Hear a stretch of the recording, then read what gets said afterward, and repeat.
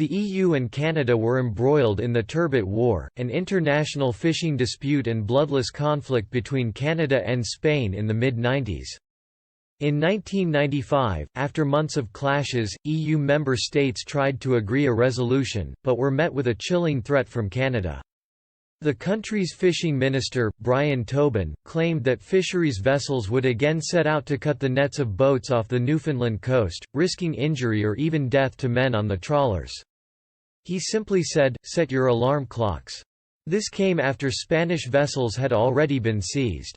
Spain and Portugal, the main beneficiaries from the fishing in Canadian waters, were initially difficult to persuade as all parties sought a resolution.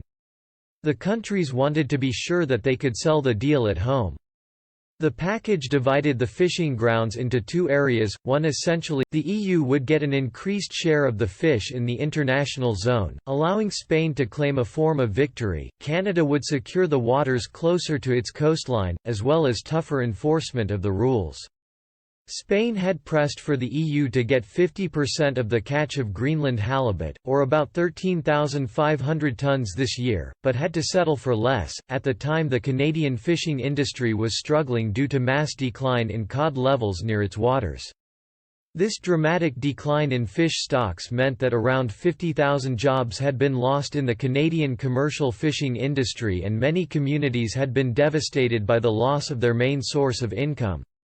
In a desperate attempt to revive stocks, Canada had declared a total moratorium on cod fishing and imposed strict rules meaning that only a limited number of trawlers could go, but this situation was ignored by many other countries who continued to send vessels right to the edge of Canada's economic exclusion zone, using fishing gear that was illegal under Canadian law, such as small mesh nets.